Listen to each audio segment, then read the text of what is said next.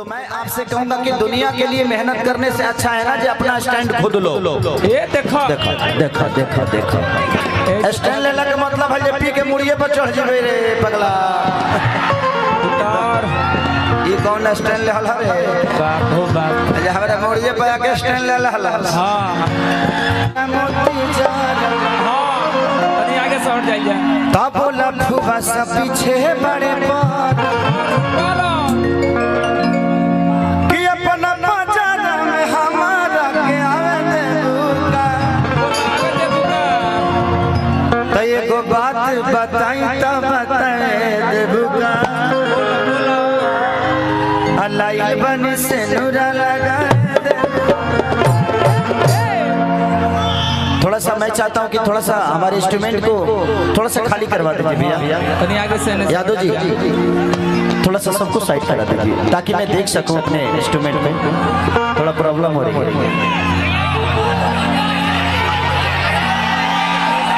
अरे पगले हम आज 5 महीने से जिम नहीं कर रहे हैं। सबको लेके जाइए उस मंच पे। रीजन था मेरा कि मैं केस में फंसा हूँ। हां बरी भी हो गया हो कुछ अटकन है या भी। हां इसीलिए परेशान था मैं क्योंकि मेरी जिंदगी में मेरे सबसे अगर कुछ है तो मेरी गायकी ही है और मेरा कला ही है। और मुझे उससे कोई रोक देगा तो आदमी तो मर ही जाएगा ना। 2 साल से परेशान हूँ मैं बट कभी नहीं। आपका आशीर्वाद है तभी खेसरिया अब 2 साल केहू ना गए ओकरा बादो तरह लोग तना भर के प्यार मिलता। हमारे के ना रोके हंसो तो हम आग लगा दे। अटले बा दिनवे में बस वेट है 22 तारीख को रंग दे बसंती के लिए कि आप लोग अगर लगती है ईश्वर से प्रार्थना करिए कि लग जाए सेंसर बोर्ड हमें प्लीज।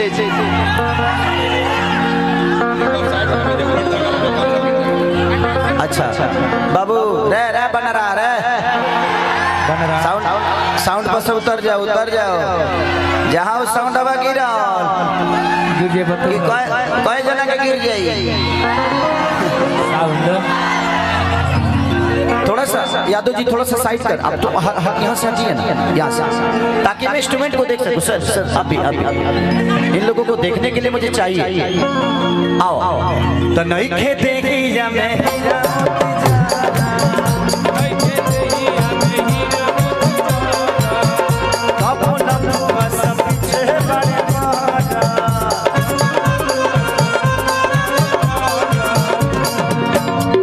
अब बुला लो। अगर इस कला का कोई विरोध करता है तो समझिए कि वो धरती का सबसे बड़ा दुश्मन है। वो लड़की नहीं वो डांसर नहीं वो कलाकार है। आइए आप लोग और यहाँ लोगों को कला से मतलब है।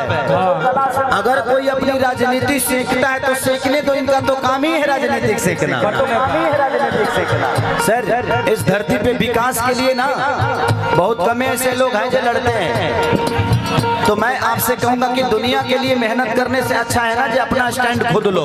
ये देखो देखो देखो देखो देखो स्टैंड लेला के मतलब है पी के मुड़िए पर चढ़ जेबे रे पगला।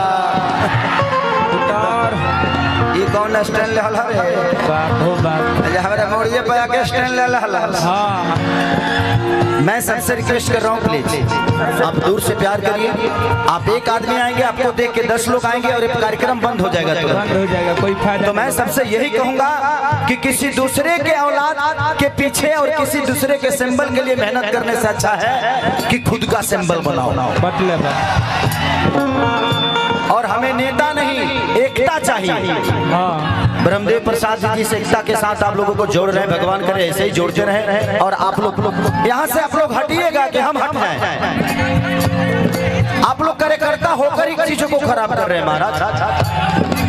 पीछे थोड़ा सा पीछे कर लीजिए। जब तक मैं उनको देखूंगा नहीं मेरे कोऑर्डिनेशन कैसे होगा। हाँ आओ बेटा आओ आओ आओ आओ आओ। वेलकम है आप सभी का। जो अरे छोटी जो होने जो यहाँ पे हमारे बहुत सारे यूट्यूबर भाई भी आए होंगे। हाँ मैं सबसे आपसे रिक्वेस्ट यही करूंगा कि चीजों को बेहतर तरीके से आपका भी काम है रखना। वही में भी लागल बड़ा अगर आप अश्लीलता पे बात करेंगे तो दुनिया अश्लीलता ही देखेगी। बटले बा तो आप अच्छी बातें करिएगा तो दुनिया अच्छी तरीके से जाएगी। तो नइखे देखी हमें हीरा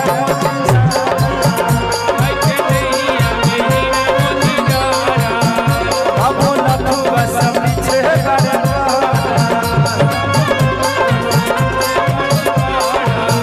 अपना पतारा में हमारा के आने दे बुका अपना पतारा में हमारा के आने दे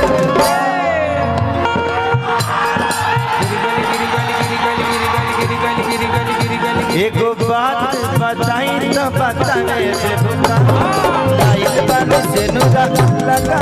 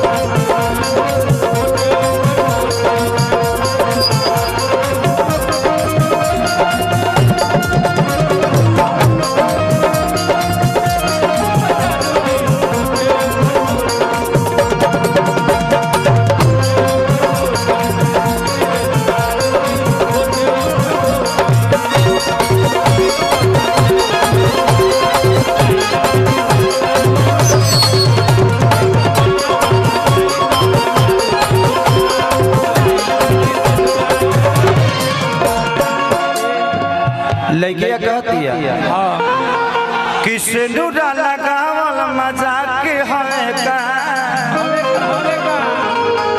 पागल के तोहरो दिमाग है का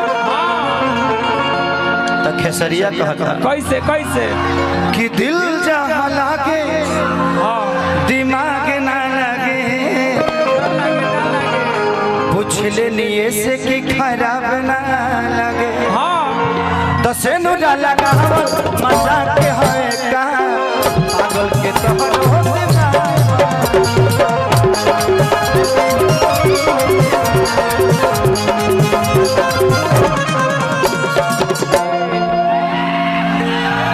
क्या नाम है? कोमल। कोमल। अगला टारगेट तू ही बनूगा हमारा। केहुली केहुली। कहाँ की रहने वाली है? आसनसोल। आसनसोल। बड़ा बड़ा। तू आसनसोल से हो? आयो दादा।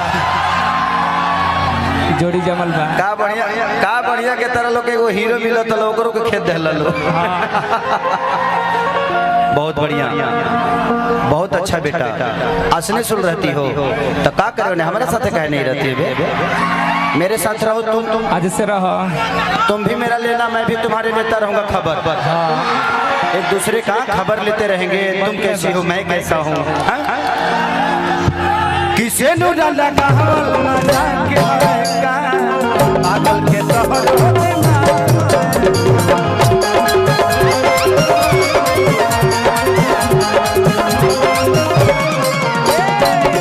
कोमल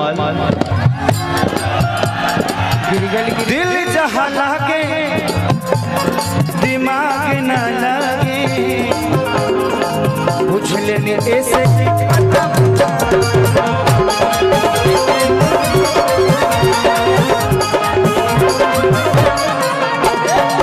दिल जहाँ लागे दिमाग न लगे पूछ लेने ऐसे की खराब ना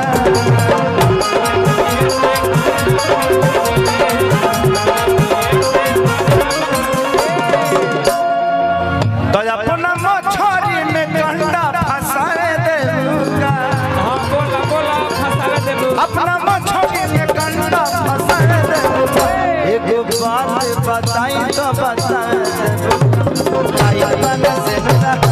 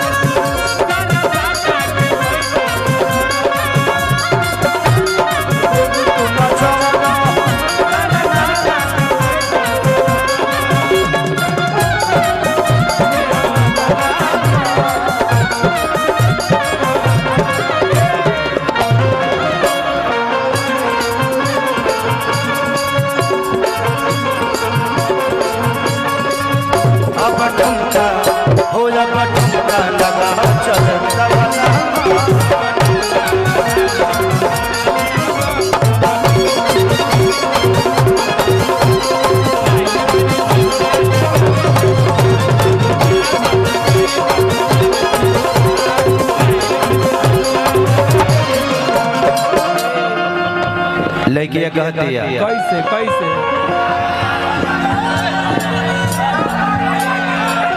कि काहे रतन भइल बड़ बबुआ दीवाना, ऐसे करब तू तो चल जइब पागल खाना। रांची के पागल कि काहे है बबुआ तू भइल दीवाना, ऐसे जे करब जइब पागल।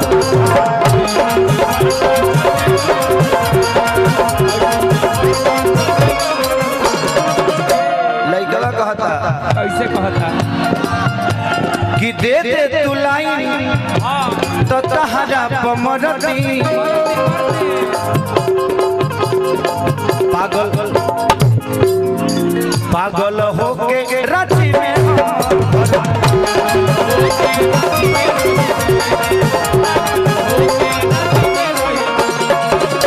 तो यो जतमो के लभ सोने गावे देबुका, तो यो जतमो के लभ सोने गावे देबुका। एगो बात बताई तो बता दे देबुका, लाइल बानी से